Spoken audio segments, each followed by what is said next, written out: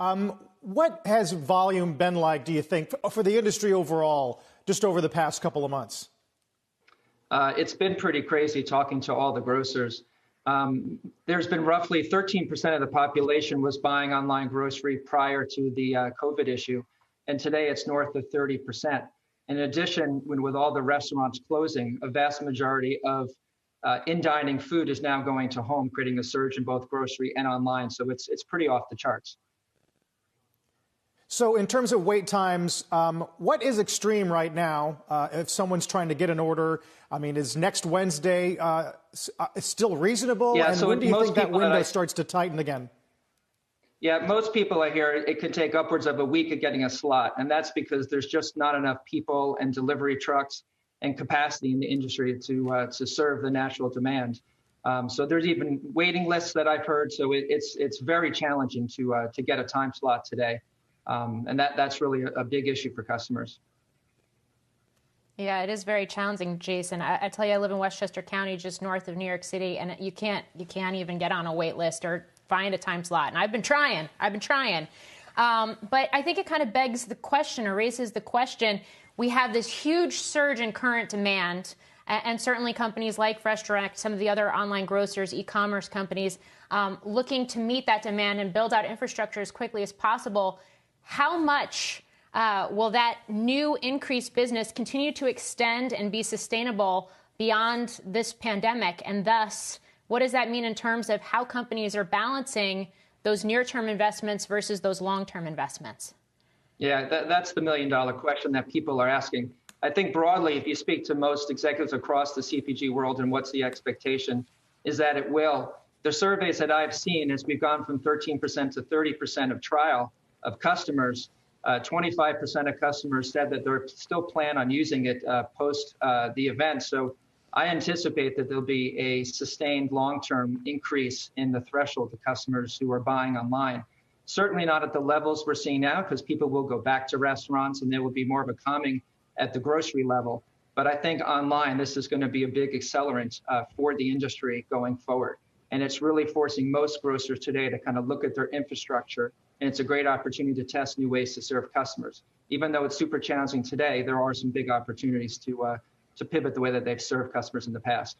So Jason, it's Dominic here. One of the things, I mean, first of all, I don't use a grocery delivery service because for me, I've been the one in our household who gets sent out to the grocery stores. I go out for the supply runs. I control everything about what I can do. I bring wipes. I wipe down everything I touch. I bring it home. I try to clean it as best I can.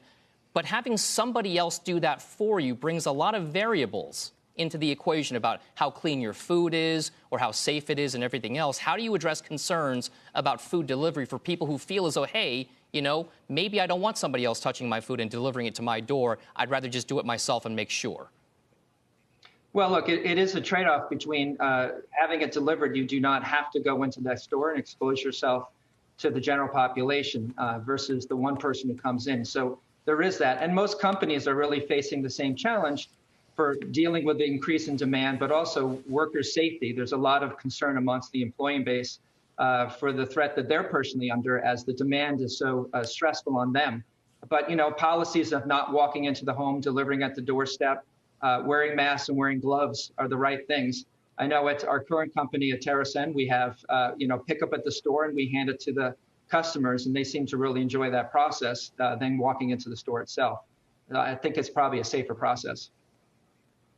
Yeah, Jason, you just mentioned TerraSend. I'm curious what you're seeing in terms of trends within cannabis right now. There have been a lot of reports out there that there's been increased demand for those types of products as well. How has that been playing out?